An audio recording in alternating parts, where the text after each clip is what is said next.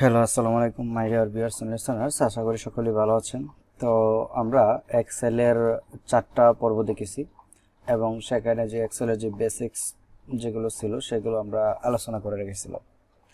তো আমরা এই পর্যায়ে একটা স্যালারি শিট তৈরি করব এবং সেটা হবে একটু বেসিক লেভেলের। তারপরে আমরা একটা আরো আরও একটা তৈরি করে দিব, সেটা হচ্ছে কমপ্লেক্স লেভেলের। তো বেসিক লেভেলেরটা আগে দেখি, তারপর কমপ্লেক্সে যাই। তো আমি এই শিটটা এটাকে আমি ডাবল ক্লিক করে রিনেম করে দিচ্ছি। মনে করেন যে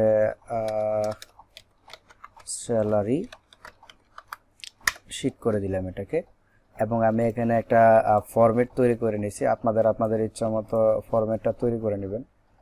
ওকে, তো উপরে মনে করেন যে আমি এই 4টা ঘর একটু মার্জিন করে আমি এখানে বলে দিলাম, মনে করেন যে স্যালারি শিট।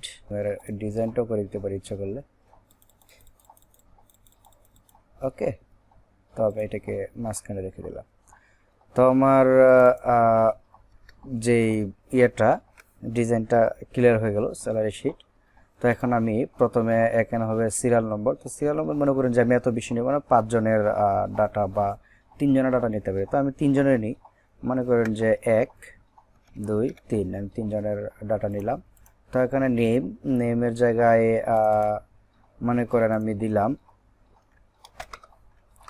কামাল হুসাইন, আমি দিয়ে রাখলাম। তার বেসিক স্যালারি আমি দিলাম মনে করেন যে 20,000।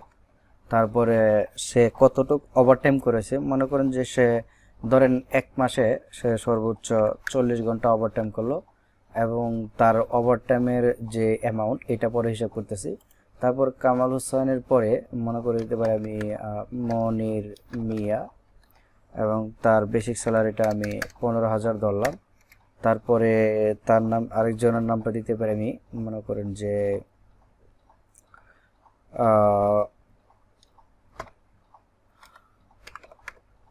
করিম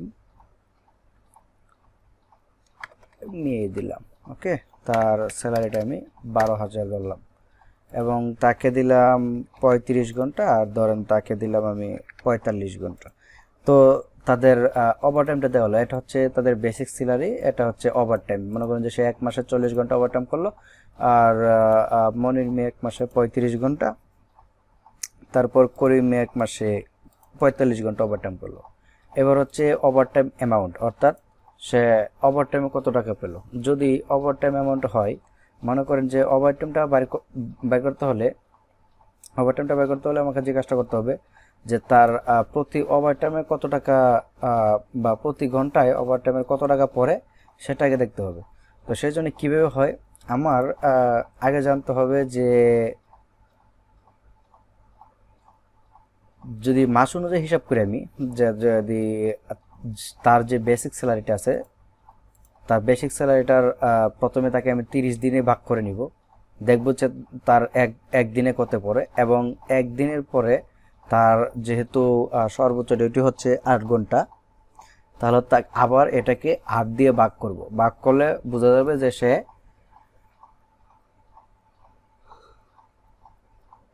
প্রতি ঘন্টায় কত টাকা করে পাচ্ছে। তো এভাবে হিসাবটা করতে গেলে একটু সময় এক্সপেন্ড করতে হবে। তো আমি এভাবে করতে যাচ্ছি না। মনে করেন ধরে নিচ্ছে তার ঘন্টায়, সম্ভব ধরে নিচ্ছি তার ঘন্টায় মনে করেন যে 50 টাকা। ওকে, তার ঘন্টাটা আমি 50 টাকা ধরে নিচ্ছি, এবং যদি সবারই ধরে মনে করেন ধরে নিলাম 50 টাকা করে, যদি 50 টাকা করে ওভার টাইম দেওয়া হয়, হ্যাঁ আমি এখানে রেখে দিচ্ছি, মনে করেন 50 টাকা করে ওভার টাইম ধরলাম। যদি তার 50 টাকা করে ওভার টাইম দেওয়া হয়, তাহলে এই 40 ঘন্টা করার জন্য সে মোট কত টাকা হবে সেটা দেখতে হবে।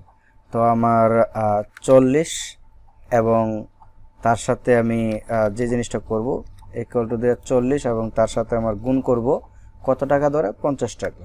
ওকে, এন্টার দিলাম। তো তার 2000 টাকা, ডাবল ক্লিক করলে বাকি ধরে বেরিয়ে আসবে।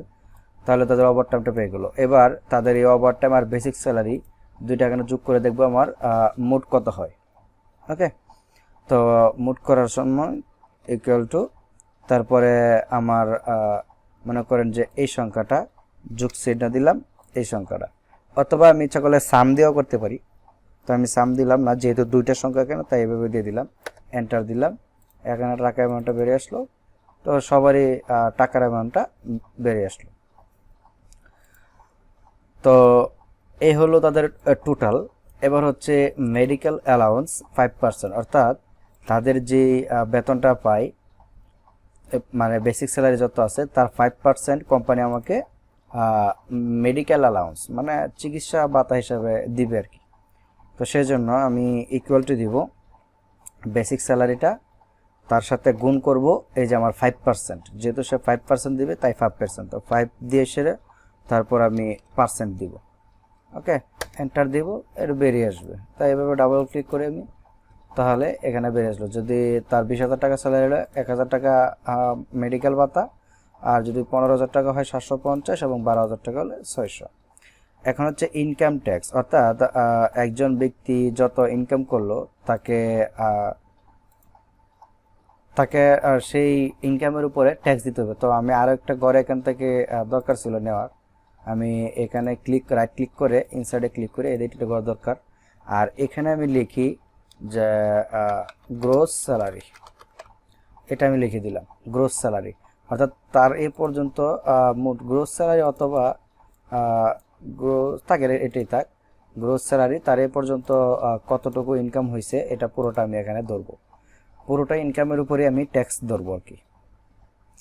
তো যদি পুরোটা ইনকামের উপরে ট্যাক্স ধরি, অথবা আমি ইচ্ছা করলে শুধুমাত্র যা তার বেসিক স্যালারি সেটার উপরে আমি ট্যাক্স ধরতে পারি। তো আমি পুরোটা ইনকামের উপরে ট্যাক্স ধরি, সেজন্য আমি প্রথমে ইকুয়াল সাইন দিব, তারপর এই যে এটা আমি এটার সাথে যোগ করব, অথবা এখানে যাওয়া দরকার নেই আমার, এই যে এই দুইটা এখানে যোগ করে দিলেই কিন্তু আমার চলবে। তো সেই জন্য আমি এখানে লিখব সাম, তারপর এই দুইটা যোগ করে দিব, তো তার গ্রোস স্যালারিটা বেরিয়ে আসবে। তো গ্রোস স্যালারি এবং এটার উপরে তাকে ইনকাম ট্যাক্স দিতে হবে। মনে করেন যে ইনকাম ট্যাক্স 5% করে, অথবা 3% বা 6% এরকম ধরলো, ধরেন 3% ধরলো ইনকাম ট্যাক্স। ওকে, তো যদি 3% ধরে তাহলে ইকুয়াল টু, আমি অ্যাকচুয়ালি কোনো কোম্পানিতে চাকরি করি না, তো আমি জানি না জিনিসটা যে কোম্পানির নিয়মকানুনগুলো কী কী বা কীভাবে হিসাব করে। আমি জাস্ট শুধুমাত্র আপনাদেরকে বেসিকটা দেখাচ্ছি। পরবর্তীতে আপনারা যদি কোনো কারোর কোনো সমস্যা হয় তাহলে আমাকে কমেন্ট বক্সে জানাবেন, আমি এটা সলভ করে দেওয়ার চেষ্টা করব।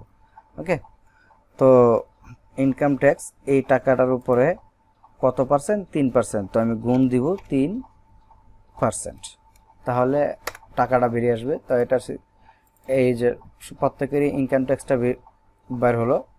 তো এবার আমার ফান্ডসে 6% রাখবে, অর্থাৎ মনে করেন ধরেন আপনার পেনশন দিবে, পেনশন দেওয়ার জন্য কিন্তু কোম্পানি আপনার কাছ থেকে কিছু একটা ফান্ড রেখে দিবে। তো অথবা যদি কোনো সময় জরুরি প্রয়োজনের জন্য আপনাকে যদি দিতে হয় তাহলে সেটা যেন কোনো প্রবলেম হয় সেজন্য প্রভিডেন্ট ফান্ড রাখে অনেক সময় অনেক কোম্পানি। তো এটার যদি ফান্ডস নেবে এটা 6% করে, তো এই ফান্ডসটা আপনার যে গ্রোস স্যালারি আছে এটার উপরে নির্ভর করে নেবে। তো আমি ফান্ডসটা বের করি, ইকুয়াল টু দিলাম, দেওয়ার পর এই যে টাকাটা, এই টাকাটার 6% আমার যে ফান্ডস, এই ফান্ডস আমি দিব। তো এই ফান্ডসটা আমি বার করলাম, প্রথম জনের 1380 টাকা, দ্বিতীয় জনের 1050 এবং তৃতীয় জনের 891 টাকা টোটালি ফান্ডস জমা রাখতে হবে।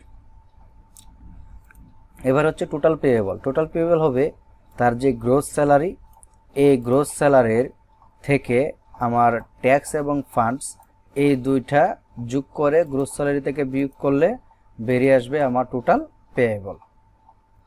অর্থাৎ আমি যেই কর্মী আছে তাকে টোটালি কত টাকা পে করব।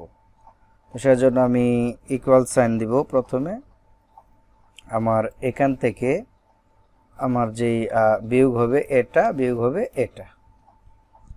ওকে, যদি আমি এন্টারের চাপ দিই তাহলে 20,930 টাকা টোটালি আমাকে পেড করবে। এবার যদি আমি ডাবল ক্লিক করি তাহলে প্রত্যেকেরই বেরিয়ে আসবে।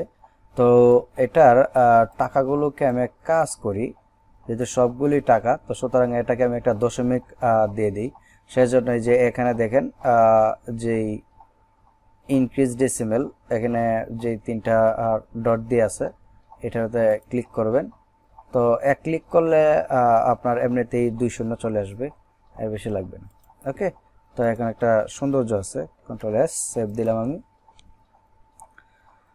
তাহলে আমার টোটালি যেই পেয়েবল স্যালারিটা এটা কিন্তু আমার বেরিয়ে আসলো। এখন যদি আমি চাই যে মোট কত টাকা তাকে পরিশোধ করতে হবে, তাহলে এখানে আমি দিতে পারি টোটাল, এবং এটাকে আমি ইচ্ছা করলে একটা কালার করে নিতে পারি যে টোটাল কত টাকা দিতে হবে এই জায়গাতে। তো এখানে যদি হয় যে টোটাল বেসিক স্যালারি কত যদি চাই, তো আমি ইকুয়াল টু দিয়ে সাম লিখে আমি এগুলো কিন্তু বেসিক স্যালারিটা নামাতে পারি। ওকে, তো এবার যদি আমি এখানে ড্র্যাগ করে নিই তাহলে কিন্তু বেরিয়ে আসবে যে মোট কোনটা কত টাকা নেবে। অর্থাৎ টোটাল ওভার টাইম হচ্ছে এত ঘন্টা সকলের জন্য। তো যদিও এটা লাগবে না, ওভার টাইম এটা এরকমভাবে বার করবো না, কিন্তু ওভার টাইমের অ্যামাউন্ট কত টাকা টোটালি যাচ্ছে সেটা চাইবে। তারপর টোটাল কত টাকা ওভার টাইম সহ টোটাল কত টাকা সেটা চাইবে, যে মোট মেডিকেল ভাতা কত যাচ্ছে সেটা চাইতে পারে, মোট গ্রোস স্যালারি কত হয়েছে সেটা যেতে পারে, তারপরে সকলের কাছ থেকে মোট ট্যাক্স কত টাকা রাখা হয়েছে এটা যেতে পারে, ফান্ডস কত টাকা রাখা হয়েছে এটা যেতে পারে, এবং টোটাল পেয়েবল এটাও চাইতে পারে। তো আমরা এটা বের করে ফেলাম সবগুলো একত্রে। ওকে, তো আজকে এই পর্যন্তই। আপনারা এগুলো একটু দেখবেন এবং বেশি বেশি করার চেষ্টা করবেন, তাহলে আপনি আশা করি ইনশাল্লাহ বুঝতে পারবেন এই প্রত্যেকটা বিষয় যে কীভাবে কী করতে হয়। আর যদিও আমারটা তেমন একটা স্ট্যান্ডার্ড মানে না, কারণ আমি যদিও কোম্পানিতে চাকরি করি না, আমি জানি না যে কীভাবে কোন ধরনের কমিটমেন্ট তারা ব্যবহার করে। তো আমি শুধু আপনাদেরকে এক্সেলের ব্যবহার দেখাচ্ছি এবং সে সাথে একটু প্রজেক্টের যে ডেমো প্রজেক্ট আছে এগুলো আমি দেখাচ্ছি। তো আজকে এই পর্যন্তই। ধন্যবাদ সকলকে। আসসালামু আলাইকুম।